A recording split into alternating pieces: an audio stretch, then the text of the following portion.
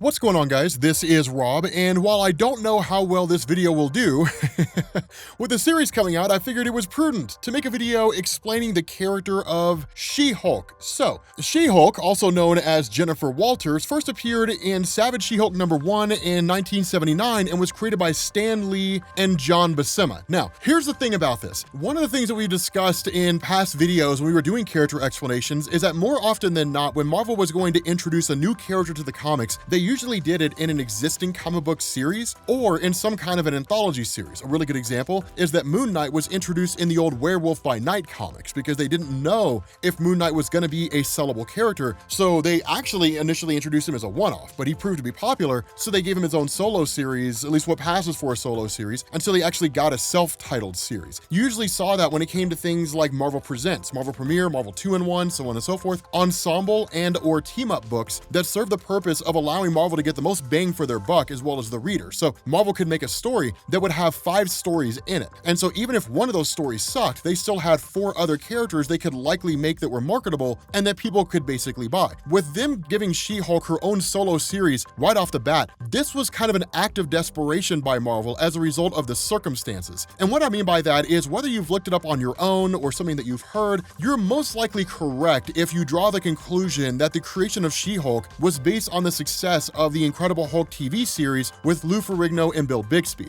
The reason why this matters is because at that point in time, the Incredible Hulk TV show, as it was launched, was basically licensed, and really the film and TV rights were owned by MCA Universal. Nowadays, it's owned by NBC Universal. The important thing here is that because of the way the licensing rights were worked out, if MCA Universal had created a She-Hulk before Marvel Comics did, they would have wholly owned the rights to it. Whereas if Marvel Comics had created She-Hulk before MCA Universal did, Marvel Comics would have owned the rights to it, and then MCA Universal would have had to license the character from Marvel Comics if they wanted to put She-Hulk in the TV show. And so as a result of that, Marvel really believed that it was inevitable that Universal was going to do that. They thought it was only a matter of time, which is something that happens when it comes to licensing rights, right? It's just kind of almost sort of racing yourself to the punch to a degree. But the result of this is that Marvel just launched She-Hulk in Savage She-Hulk issue #1. This allowed them to lock down the character in its entirety, where there would be no legal loopholes in the sense that, well, you know, She-Hulk technically appeared in this other comic over there, but it's not really a She-Hulk comic because it wasn't really her own comic. This definitively locked it down. So that's why, or at least seems to be the reason, Marvel gave her her own solo series right off the bat. Now, the funny thing about this is Stan Lee wrote the first issue and then essentially walked away. Now, a lot of this was because Stan Lee was working on the back end with like the film and TV side and so on and so forth, but this is the reason why the first issue of Savage She-Hulk feels very much like a classic Marvel comic story, in the sense that what you had was a guy named Nicholas Trask, who was a crime boss living in California, that Jennifer Walters had crossed paths with in a couple different ways. The first was because Nicholas Kraft had actually had her mom killed or killed her mom at a previous point in time. And 2, Jennifer Walters, working as a lawyer, was actually building a case against Trask using the help of another gangster that Trask had double-crossed. And as a result of this led to Trask sending his guys after Jennifer Walters in order to basically kill her. Now, because Bruce Banner was the only person there, and as a cousin, he had a matching blood type and could give her a blood transfusion, that's exactly what happened. What ended up resulting from this is that Jennifer Walters ended up absorbing part of the gamma radiation within Bruce Banner himself, or at least that was transferred to her through the transfusion, and so Jennifer Walters ended up becoming She-Hulk. Now, one of the things to know is that where Stan Lee did only write the first issue, and the remaining 24, since it ran up to issue number 25, the remaining 24 were written by David Kraft. The determination of whether or not this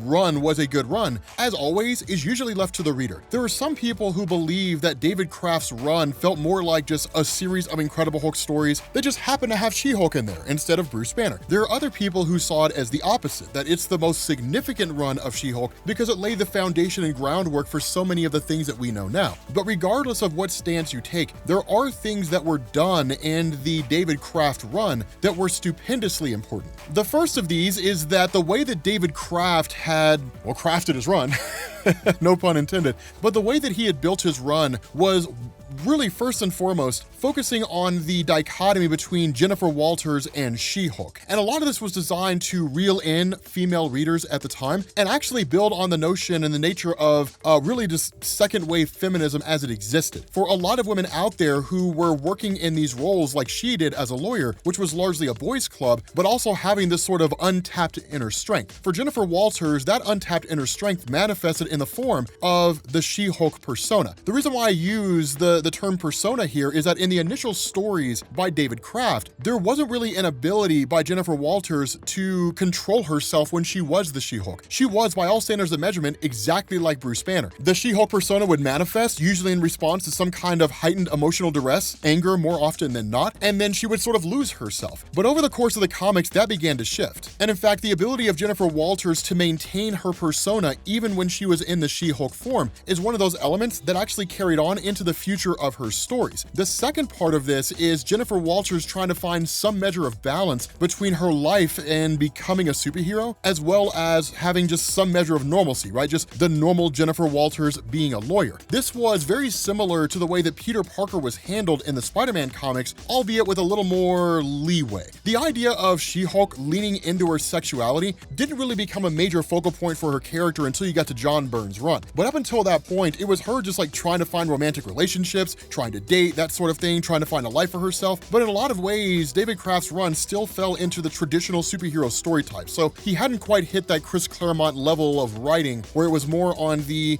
kind of interpersonal relationships, soap opera type dynamic, as opposed to like the Stan Lee standard. But the thing about this is following this run, because it only ran for about 2 years, this went into 1982. And there was only really one time when She-Hulk crossed over in another story, and it was a Marvel team-up comic. Beyond that, it was issues just like 2 through 25 written by David Kraft. The stories involving Nicholas Trask and all that, those were all sorted out, those were all rounded out pretty well. It was pretty basic. But the reason why this matters is because during this point in time when David Kraft was writing She-Hulk following her introduction, Jim Shooter was editor-in-chief. Now, for those of you guys who are familiar with my channel or you're familiar with the history of Marvel Comics, you know that like the big thing that Jim Shooter had during his time as editor-in-chief at Marvel were the Secret Wars stories. And so the whole idea behind this was that one, at least as far as most of our discussions have been had when it came to Secret Wars, is that it was a story that Marvel wrote in order to secure a brand deal with Mattel so they could sell toys. And that's true. But the other side of the equation was that because of the high-profile nature of the story and the fact that you had such hugely popular characters, in that you had like Galactus and you had Ultron, you had Doctor Doom, you had all these different characters that were out there, that what it also gave them the ability to do was bring in characters who otherwise would just never be noticed by readers in order to try to raise their profile a little bit. But Secret Wars, at least for She-Hulk, was also one of those giant transitionary stories. And so that's the reason why in the 2 years that followed between 1982 when Savage She-Hulk was ended and 1984 when Secret Wars was launched, you actually saw Marvel shopping her around. And so by the time you got to Savage She-Hulk issue number 25, She-Hulk herself had just kind of become comfortable in the idea of being in that form. And so that was Marvel's way of essentially locking her down and saying, okay, this is kind of her permanent form. And it's more the inverse of what you're used to in the sense that it's Jennifer Walters occasionally becoming She-Hulk, and now it's She-Hulk occasionally becoming Jennifer Walters. It was a cool concept that actually happened for a little while. But in Avengers issue number 221, she officially joined the team. She stayed there for a little while, for a couple of years, and she bounced around between a few stories, a few Fantastic Four comics here and there, albeit not officially joining the team. Instead, that came at the end of Secret Wars. That at the end of that story, the desire of Marvel was to sort of reshuffle the team a little bit, if only as an experiment. And so at the end of Secret Wars, Ben Grimm, who had basically been depowered, remained on Battleworld for the purpose of just kind of trying to figure himself out. This opened a spot for someone to replace him on the Fantastic Four, and that person was chosen to be She-Hulk. Now, the funny thing about this is that at that point in time, the Fantastic Four was being handled by John Byrne. And what this meant was that John Byrne could quite literally just craft her character seemingly any way he wanted to, which would actually prove to be instrumental because the work that he did on She-Hulk during her time in the Fantastic Four would actually become incredibly important regarding the work that was done with her character in the Sensational She-Hulk run, which we'll talk about here in a few minutes. But the thing about this is that as opposed to the David Kraft run, and even during her time in Secret Wars, her time on the Fantastic Four was monumental because what it did is it expanded on her character in ways that we just hadn't necessarily considered before, but it also was essentially a paradigm shift. One of the ways in which this was done was the way that she was depicted. Instead of the David Kraft days where she was being drawn as really more of kind of like a Hulk type figure where she looked more muscular and so on. During the Avengers run, for example, she was drawn to look more slender. She looked more physically attractive, the way that you would expect a beautiful woman to look. Another example of this was that during the Avengers run, for example, she became a great friend to Hawkeye, in the sense that the two of them had a phenomenal friendship, and arguably a little bit more, depending on how it is that you choose to look at it. But it was one of these things where her personality as a person was really starting to shine through, because in the comics it was being depicted that she was simply just becoming more comfortable in her own skin. Another aspect of this is that it's one thing to present a character that is attractive and puts off all the airs, right, and has all the trappings of a person who is strong and confident and so on. It's another one to be able to tell compelling stories, or for them to be able to live up to the part. And so during the time when She-Hulk was on the Fantastic Four, from issues 265 to 300, that John Byrne actually crafted a series of stories that put her in a position to where she had to essentially stand on her own 2 feet without the other members of the Fantastic Four and demonstrate exactly what she was capable of. A great example of this is in Fantastic Four issues 283 through 284, when She-Hulk ended up in the microverse and ended up basically fighting alongside Queen Perla, who was the queen of Mirrorwood, which is one of the areas within the microverse itself. And fighting alongside her, we're able to basically free the microverse from the control of Psycho Man. Now, the reality is that the plot itself and the story itself was not overly phenomenal, but there were a lot of stories like that with She-Hulk in the Fantastic Four comics. And that's why, depending on who you talk to, some people will say that She-Hulk's time on the Fantastic Four was less about her contributions to the team and was actually more about building up what She-Hulk was actually capable of doing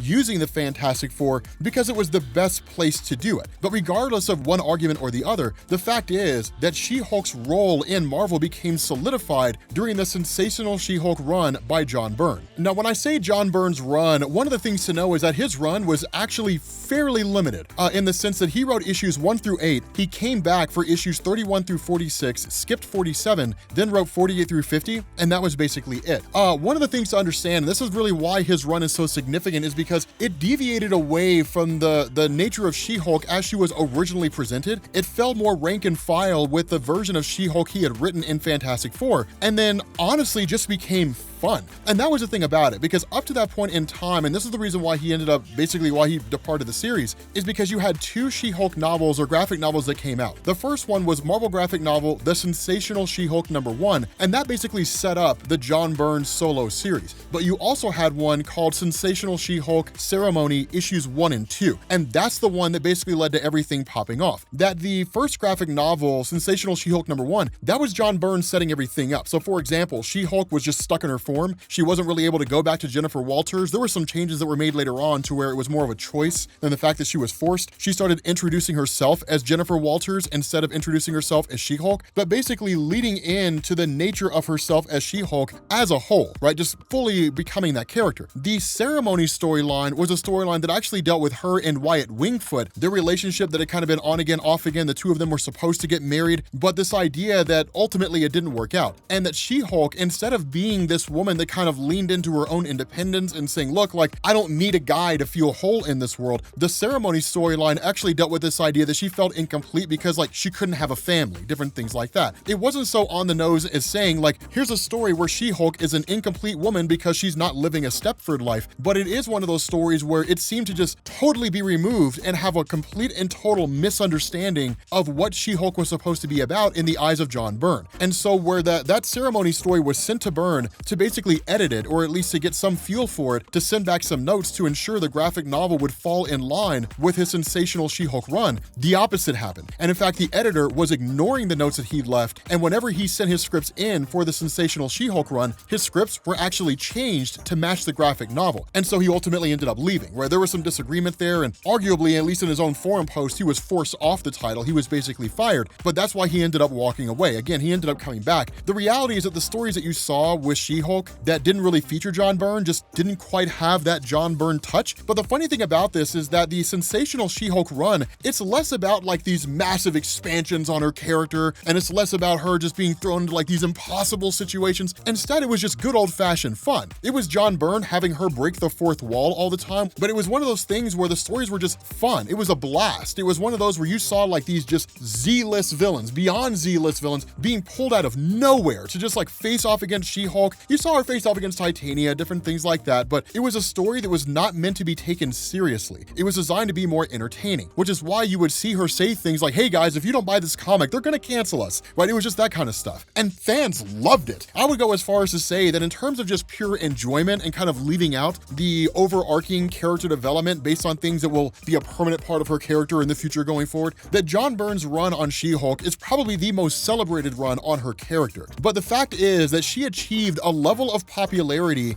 during the Sensational She-Hulk run that just simply hasn't been matched. And what's so crazy about that is once that run was ended and she was taken off of that, She-Hulk's popularity never recovered. Well, I take that back. I think that's a bit of an overstatement. I wouldn't say her popularity never recovered. I would say her ability to hold a solo series never quite recovered. And so that's why following that story and for a number of years, She-Hulk's appearances in Marvel Comics are just a veritable smorgasbord of, well, she was just all over the damn place. I mean, she was just everywhere, right? Just in all these different kinds of comics. And in reality, as chaotic as that sounds, it's actually the one thing that saved her, to be quite honest, right? So she had a bit of a time when she was in, or at least when she was on the Fantastic Force team, which was basically Franklin Richards' own superhero team. She was on that team for issues 12 through 18, running up to 1996. She was in the Doc Samson miniseries. She was back in Incredible Hulk with issues number 441, going through 442. From 1997 to 1998, she was on Heroes for Hire.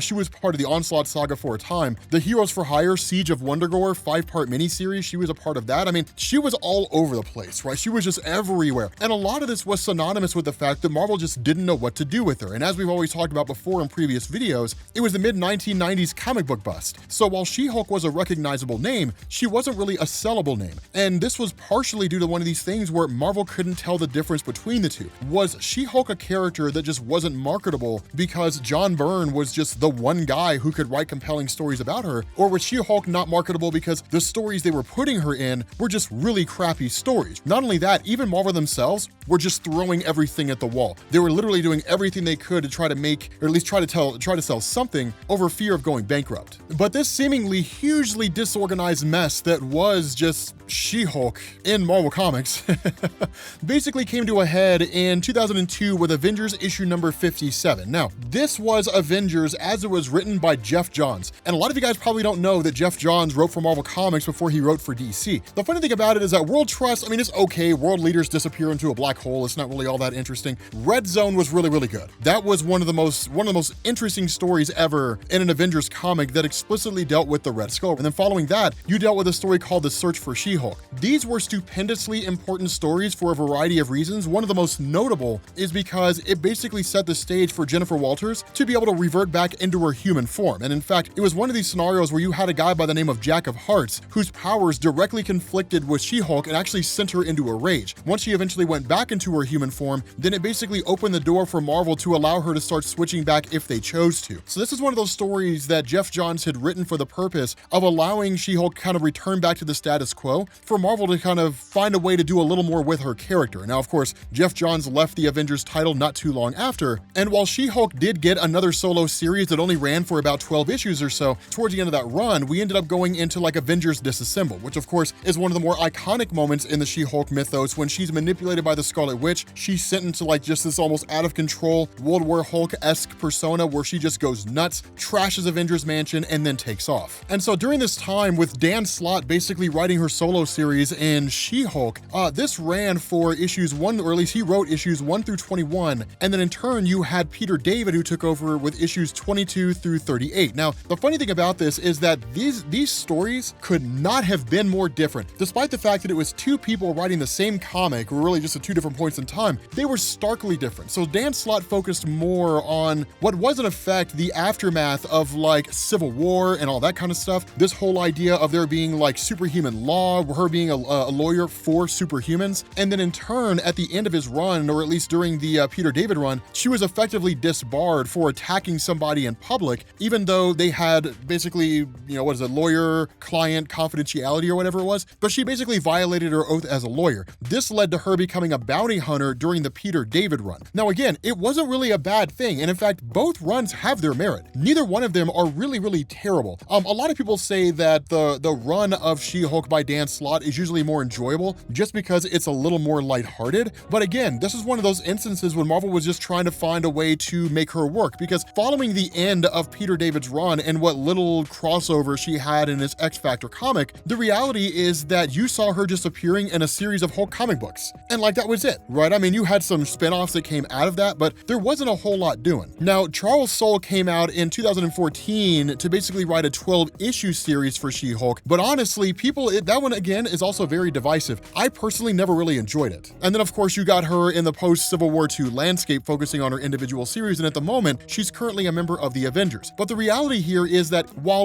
a lot of the stories that focused on She-Hulk in the 1990s and the early 2000s focused largely on her as like the Hulk, right? Just a female version of the Hulk, going forward and being a traditional superhero, from really, I would argue, Dan Slott's run going forward, more emphasis was put on her as a lawyer. And in fact, finding that middle ground between the two, sort of borrowing from John Byrne's time when she was on, or at least when he was writing the Sensational She-Hulk story, when you basically had her kind of taking breaks and being on again, off again with like the Avengers team. That it was one of those things where like she had her own life, her own stories, basically dealing with law or legal profession or being a lawyer or what have you. But while some of these were interesting and they were really intriguing, the reality here is that since the days of John Byrne's run on Sensational She-Hulk, she just hasn't quite achieved that level of popularity. And even now, on Jason Aaron's Avengers run, the only real story she's had was World War She-Hulk, which focused on her, and it was a terrible story. So it seems like a lot of the writing that's being done with She-Hulk at the moment seems less to do with writers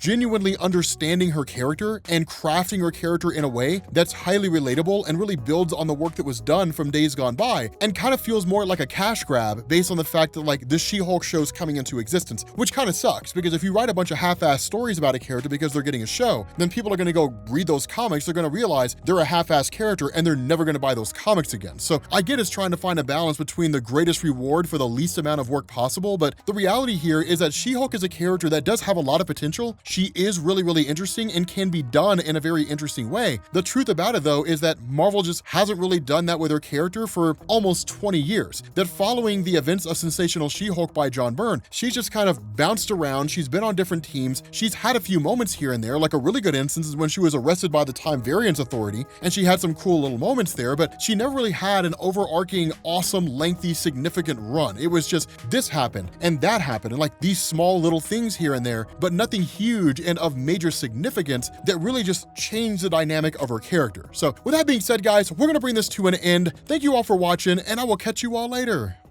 Peace.